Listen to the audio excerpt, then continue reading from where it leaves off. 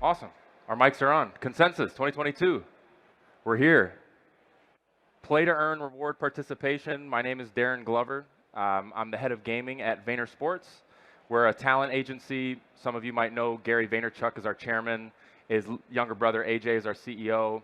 So I represent one of the biggest names in Web 2 gaming. His name's Booga, kid that won the Fortnite World Cup in 2019. I also represent one of the largest Web 3 gamers. His name's Bryson, who was supposed to be here, but his flight got canceled. It excites me to be on stage with these smart minds of people that are innovating the space of Web 3 and gaming in this topic of conversation. It's fascinating for me to come from Web 2 into Web 3 on this idea that the ones that are being rewarded are the top 1%, even though the 99% is actually what drives the business of gaming. Somehow they're not getting rewarded past just the fun experience of gaming. And these three guys up on stage today, I think, are going to provide some really good insights of where the future is headed. So without further ado, Kevin, if you want to start, would love to know the origin story. How'd you get to where you are? Tell me about what company you're working on, and then we can go down the line and then kick off more of the in-depth conversation. Yeah, thanks, Darren. To the crowd, I'm Kevin. I originally come from the fantasy sports betting industry, which is a firmly Web 2 sort of business. I recently joined Genopets in November, and I think what really drew me over was the idea, the real concept behind the project, which is how can we leverage some of the mechanics of gaming, gamification itself, which I think we've already figured out how to utilize in terms of monetizing people. How can we take some of these mechanics and create experiences that reach for something higher than just pure profit? So Genopets is a free-to-play, move-to-earn mobile game. It's compatible with iOS and Android, and it's built on the Solana blockchain. And really the point of the game is to motivate people to pursue a more active lifestyle. The way the game does that is that everything starts with the Genopet. It's your digital spirit animal. It is an NFT. You can think of it like a Tamagotchi for the 21st century. But instead of grinding actions on a screen to take care of it, you take care of your pet by being more active, by getting off your butt and taking some steps and moving around. The steps you take are tracked and ported into the game as energy that fuels your pet's growth. So literally, if you want to play our game, you're going to have to move. Love it. So my name is Nico. I'm a co-founder of OLA GG. OLA is a play-to-earn guild. That means that we facilitate access to play-to-earn games like Genopets. As you were describing, in order to start playing, you need to purchase an NFT. And you do that, maybe you need to have some basic knowledge on how to access an exchange, how to set up your wallet. So there's many different steps that you need to do in order to get access to it. So what we do as a guild is we facilitate access. That means that we educate on how to start playing and how to play, how to become a good player. And then we literally finance the players that want to participate. So we hold NFTs on our treasury, and we put them at disposal of our community. By such, we have a community of over 4,000 active scholars. That's how we relate to them, that are playing play-to-earn games with our NFTs. Yeah. Right, so okay, I'm Renz, actually, CEO and co-founder of BreederDAO. And my background comes primarily from consulting and startups. And it's good that I came last, because now that you've understand games and you've understand guilds, you now understand the factory, which is our project. And we call ourselves like the factory of the metaverse, because our goal is providing asset liquidity. Games actually provide the economy or the actual game, and then you have guilds who provide player liquidity. We then touch on the supply side, which is player asset liquidity. And the way we go about it is that, how all of these games have their own characters, Genopets have their own pets, Axie have their own Axies, Pegasus have their own horses. Now we create and we try to identify and optimize for these specific traits that we then produce. So you can think of us as like a digital manufacturing company, similar to Procter & Gamble, Nestle, or Unilever, but instead of producing retail consumer goods, we actually produce digital assets. And right now we're limited towards gaming because the entire metaverse kind of revolves around gaming. But in the future, we can do anything from wearables for your avatars or furniture for your digital homes. And as long as the metaverse is here and like we immerse ourselves in it, then we can always produce like assets across all of these like platforms. I love it. And before we move on, I forgot to do it at the start. By just show of hands, how many people are Web 2 gamers or come from the pre-Web 3 side of gaming? Cool. How many people are like, everything made so much sense, they feel like a doctorate of Web 3 and play-to-earn gaming? Cool. So like a blend of both. That's interesting. From your guys' perspective, Kevin, you can start. When you think of play-to-earn and Web 3 technology, what would you say in your mind would be the one or two from a technology of an open, like Web 3 opens this door to do more of something or to provide more value for a player base? What would you say are like the one or two doors that you're most excited about inside of Web 3 gaming? Yeah, it's a great question. And I think for us, it boils down to improved capture and transfer of value. I think you were touching on this in your introduction, but traditionally, the flow of value has been really straightforward, right, in gaming. The developer creates a great experience, people pay money for it, and there's a very simple exchange. But I think over the past, even decades, we're starting to see an expansion of that paradigm. It begins with pro gaming and esports, where people are now willing to pay to watch exceptional aspirational levels of play. But there are so many other forms of value creation and contribution within any thriving game economy. You have your grinders, you have people who are willing to teach other players, you have those who are actually playing the game to the fullest extent and thereby getting the most in-demand assets, the highest level characters. And these are contributions that provide content for the rest of the player base, but they're not properly recognized. I think what Play to Earn does bring to the table is a system for starting to capture that value and share it. Essentially, we're taking that closed system and opening it just a little bit so that these other forms of value creators can be rewarded properly. Very cool. And Nico, from your perspective of OLA, where do you guys see the opportunity of why you started it, and then where does it? Yeah, absolutely. So we share the vision that Web3, by definition, is maybe an ownership economy, right? Where value is transacted all over the place. And we believe Web3 is the economy of the future for many reasons.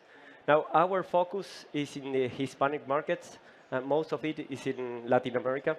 500 million people living in Latin America, 200 million gamers. And Latin America is an emerging continent, right? So as an emerging economy, people are living in the present economy. They don't have either the time nor resources to think about what's the economy of the future, right? Those that are wealthy enough or educated enough, maybe they're already into crypto because they're trading on exchanges and they're purchasing cryptocurrencies, right? But gaming is just fun, and gaming is open for everybody to participate. So what we do when we go to market, we speak to that segment of the population that is not necessarily into crypto, doesn't know how to, and we facilitate that onboarding into crypto. So what we do is, from an educational standpoint, we teach how to access a wallet, how to play the game, how to be financially responsible with value on your wallet. And then from a financing perspective, we literally provide the NFTs so they can play these games for free.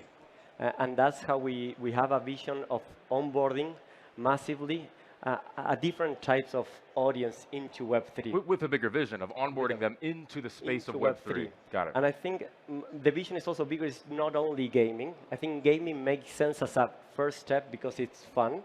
But from there, what we envision is the Web3 worker and all of the services that they will need in order to provide a living and to earn an income, to spend that income, and to be part of a Web3 worker economy. That's the mission that we have as a guild. Very interesting. Right, and I guess like echoing from what these two guys already mentioned, it's really giving back the value to the community who actually contributes to creating our projects. Now, I try to parallel it against like current Web2 startups where it's all about promotions, it's all about marketing, right? The early users get rewarded by being able or using the platform. And it's the same monetary model, right? But this time, instead of providing them with incentives that allow them to use the app, we give them tokens, and these tokens act as like ownership that represents a share in the company as well. And so if you look at it this way, then it provides value to them over the long term rather than the short term. So our vision is that everyone in the future will have access to their own like assets and be able to provide value for it and be able to use it in a manner that they're not being stopped by anyone, by IP licenses or by patents, right? They get to own it, they get to use it, and eventually they get to determine where it will be used for and what it will be used for.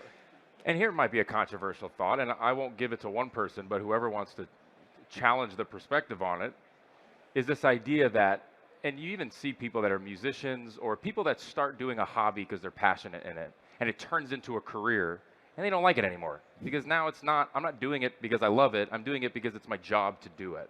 And this idea of play to earn, this idea of, you just talked about the worker economy, is this gaming?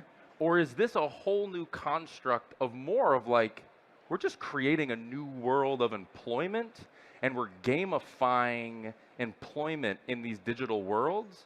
But does it deserve to be a part of the gaming industry, knowing that once it becomes for work, it's my alarm goes off and I have to get up and I have to play this game because I have to pay my bills at the end of the month, versus what gaming is this idea that you're excited to decompress and spend time playing something. Did I trigger anybody, or where? Oh yeah, what does absolutely. that mean? Well, I think what you've described are essentially the two ends of the spectrum, but there are many possibilities in between, and I think the variety of play-to-earn projects that we see across many different genres are all trying to experiment with what is the right degree and what is the right note. You're right, gaming is a bit of a anathema when you think about in comparison to earning or work, right? They're literally considered two sides of the coin, and they're opposite to one another. But there is also a world where if you've sunk a lot of time into a game and really built up your character into something that's really powerful, or you've put a lot of time into the game and you've taught other players how to play, or you lead a clan, I think there's a strong argument to be made that your efforts should be recognized, and it shouldn't be at the complete mercy of the developer whether or not you want to make use of the time and investments that you've put into the game. So I don't think there's a perfect one-size-fits-all equilibrium between the two sides, but I think the technology is allowing us to explore many other types of balance between the two. For sure. Yeah, so the way I see it is pretty much making what's a hobby and what's fun and what you've done for entertainment, turning that into a professional career, and that applies to sports or whatever hobby that you might have initially that then you decide to make like a full-time living. Now in these games, the way I think about them is that they can complement your time that it's either wasted in commuting or just hanging out on social media. Maybe you're playing some games and earning some income on the side.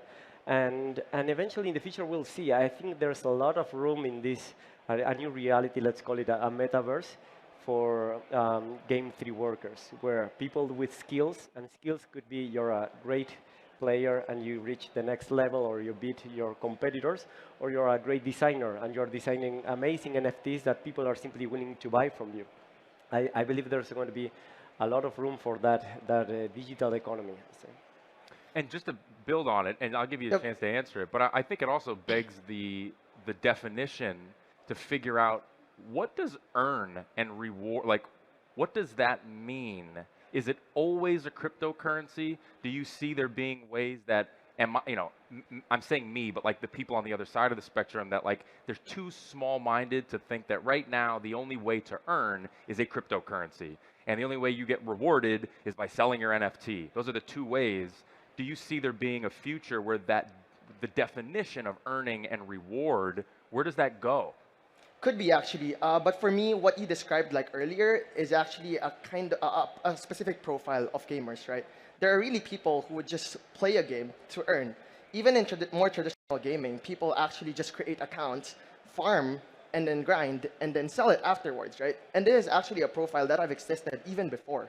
But we talk about like play to earn, play to own, and play and own. And these, for me, are different profiles of individuals that exist in every single game. And that no matter how much we push for saying that, it's actually a ladder that in order for us to move from play to play and earn, we need to completely do away with play to earn mindset. It's actually not doable because there will always be people who would actually go for like playing to earn. And that's something that's very innate in like some people, that it's something that they cannot do away. So for me, building a game, you don't necessarily need to think about like whether you're designing a more sustainable economy or whether you're optimizing for a specific profile. It has to be, back to its roots of like providing entertainment. And then you allow the people to choose like which segment they want to go for, whether they want to play to own, whether they want to play to own, right? Or whether they want to play to earn. So it's something that the people should decide for themselves and not us as gamers who would decide that for them. So for sure, like rewarding in the future, maybe in that form for specific people, but it could also be like enjoyment for others, right? And at that point, like when we reach that point, then it will become truly like a game that is designed for the gamers, by the gamers. I love it. All right, that was good. The tokens that you're earning. Obviously, if we check our wallets, things are down. Yeah. How does that impact this topic of conversation for the pros and cons of this pixie dust crypto coin and some brand new game that's pumping, and it's so fun because I'm making so much money, and then it goes down, and the game just isn't as fun as what I thought it was when I was making all that money. How does this become sustainable and not become what happened to Axie Infinity, which it was a great game until everything goes away and it's not worth anything anymore? What are you guys' thoughts and perspective of a currency-based earning mechanism? Not to get in the weeds of what tokenomics are and all this other stuff, but just the idea of like, is that a sustainable earning method moving forwards inside of some of these games, or does something else have to happen? Yeah. So this is the elephant in the room, correct? What the sustainability of the games and that in-game economy, how is rewarding those that are adding value into the ecosystem, right? I think it's definitely too early to find a role model in case of this is the way to go. I think we're going through an experimentation here. Axie Infinity naturally was the first, and it proved the concept that the player can own an NFT, and that NFT has a monetary value, so there's the concept of earning. I think work for game developers is to really think about the economics or tokenomics of their game. So in the end, I mean, the other way of thinking about it is that games, Web2 games, historically speaking, they've always been able to monetize their audience. So revenues are there, are real. People are paying because they see the value of playing games. On the Web2 version, you had intermediaries just cutting out that revenues. The App Store, the Google Store, the publisher, the game developer themselves, they hold a minor allocation of the total revenue. And what Axie Infinity did is really disrupt the equation, right? Axie Infinity, by such, is taking a minor share of the total volume transacted, and everything else is literally being distributed among participants. I think that's the concept that I like to focus. And from there, I encourage game developers and DEXs and all the Web3 platforms to really think about the tokenomics and really think about the sustainability of their models. Yeah, I would add first on the token price thing. You guys have something unique too, where it's like the energy and... Yeah. But I think as far as token price volatility is concerned, that's the price of admission if you want to play for real. Like, if you get paid in fiat for doing actual professional work, the value of that dollar also fluctuates in the open market. That's what you are accepting as part of the deal when you want to be rewarded in tangible value for your work. That said, as far as sustainability is concerned, I think within play to earn, we just need to be rewarding the right types of value creation and essentially the right types of play. work to earn is sustainable because work is always evaluated and based on the value it objectively creates for your employer, for your business, and then you receive a return in exchange for that. If you design a game that overly rewards something, an action, whatever, that is inherently not that valuable or easily achievable, that's not sustainable because where is the value coming from? Who wants to pay for this inherently meaningless action that you're taking?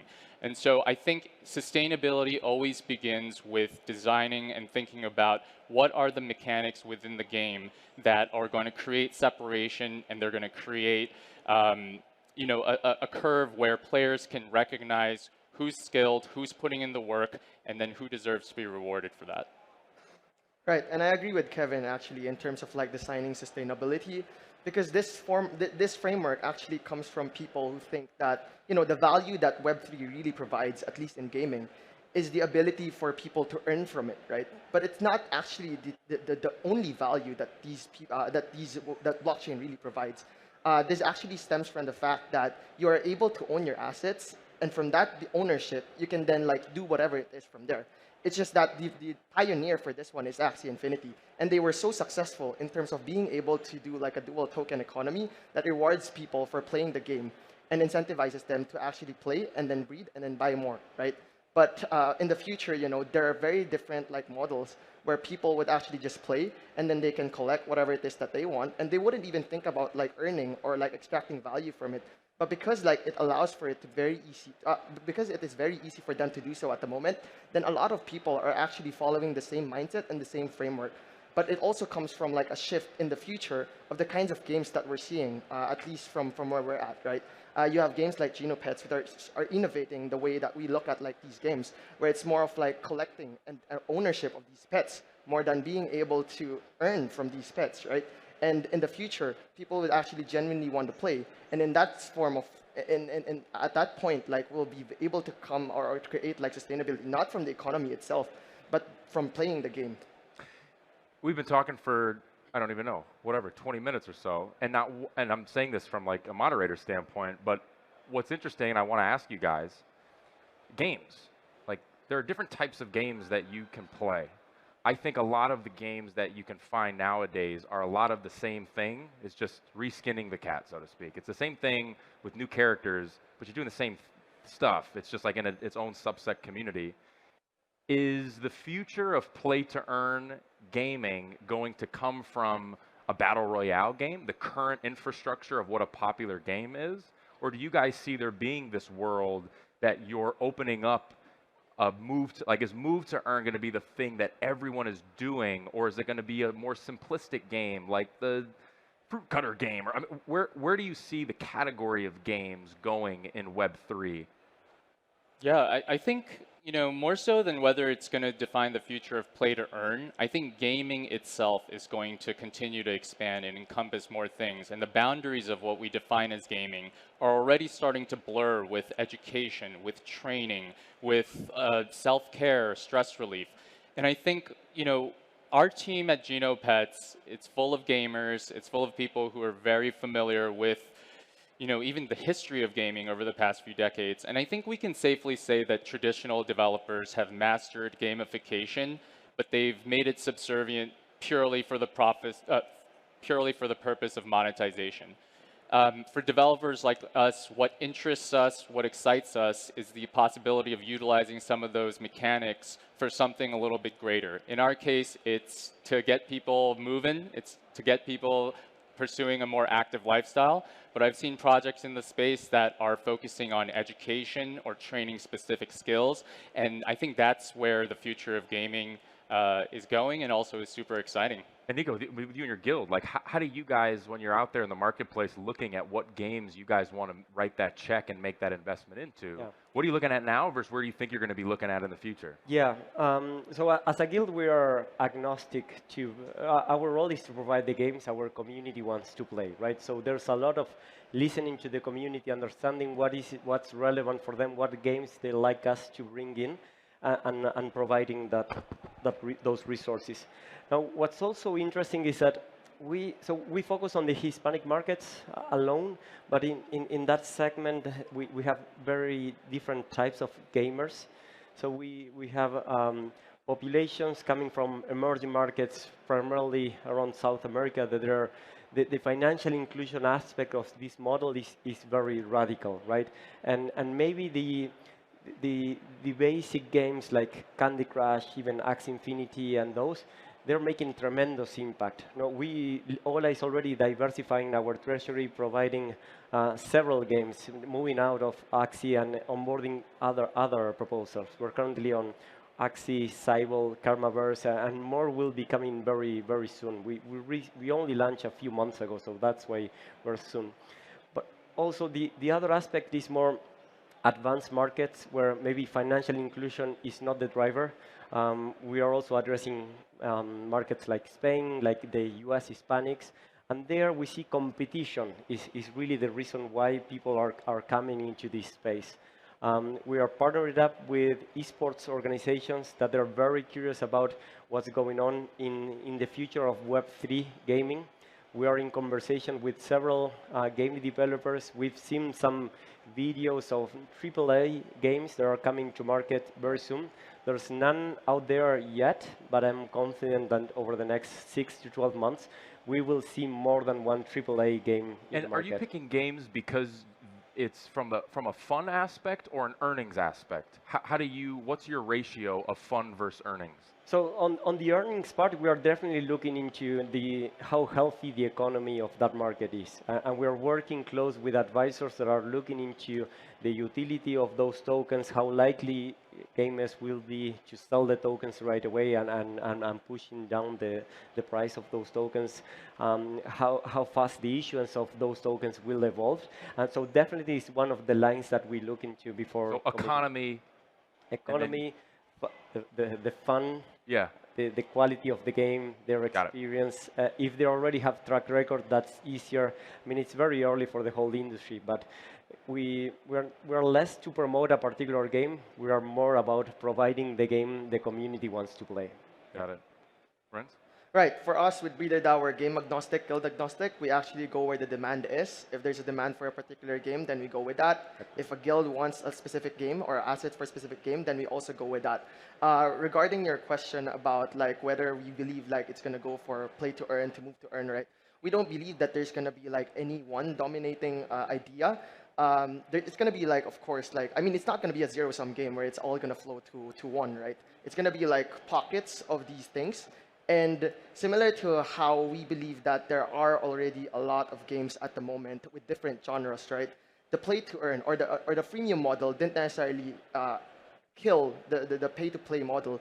And what we're seeing is that the blockchain gaming will not necessarily kill the freemium model. Instead, in fact, people are already looking at the hybrid of both. And that's a possibility that we see. The same with guilds, right? We already see like guilds right now are more focused towards one specific game. But in the future, you would have guilds that are specific towards specific genres or types of games. A certain guild may specialize in FPS games. A certain guild may specialize in an MMORPG. And that's the way we will be able to distinguish each of these like participants in the future. 2 minutes left. Fire round a little bit so we don't get in trouble.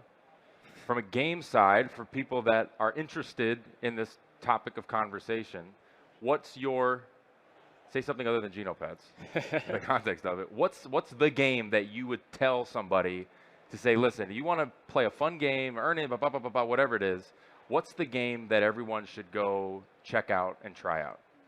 Other than Genopets, which is what everyone should do. Definitely check out Genopets.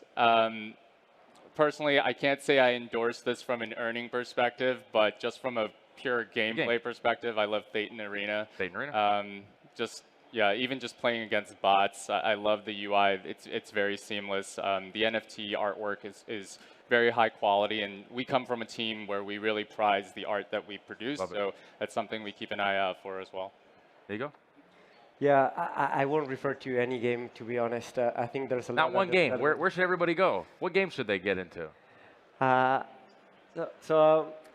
into strategy. I'm into football. I'm enjoying playing meta soccer because I like designing the teams that way, and that's where I spend my time. But But I think it is too early to say this is the real game where the adoption will be coming. Yeah. Renz? For me, live game right now would be crypto unicorns, just because they already have like farming set up, and I believe that they're also going to be jousting, racing, and it's going to be an interesting play because then you would have like specific unicorns for specific game types, and it would be interesting to see how all of these like will play out. So yeah, crypto unicorns for me. And mine would be EV.io. Just go to EV.io would be my favorite, which is like a Halo first-person shooter style game. With the last few seconds, where can people find you to go learn more about what you do and who you are? Yeah, check us out at Genopets. That's GENOPETS.me, as in me. And that will lead you to our Discord community, and you can sign up for our upcoming app release on the App Store and Google Play Store. Yeah, for us it's olagg.io, and there you get the links for Discord where everything is happening, and then we have some communication on Twitter. Ours is just BreederDAO.io. It's actually spelled here and spelled there as well. So just .io. Love it. And VaynerSports, and then this is the glove on all social media. So let's give a round of applause to them. Thank you, everyone. Thank you.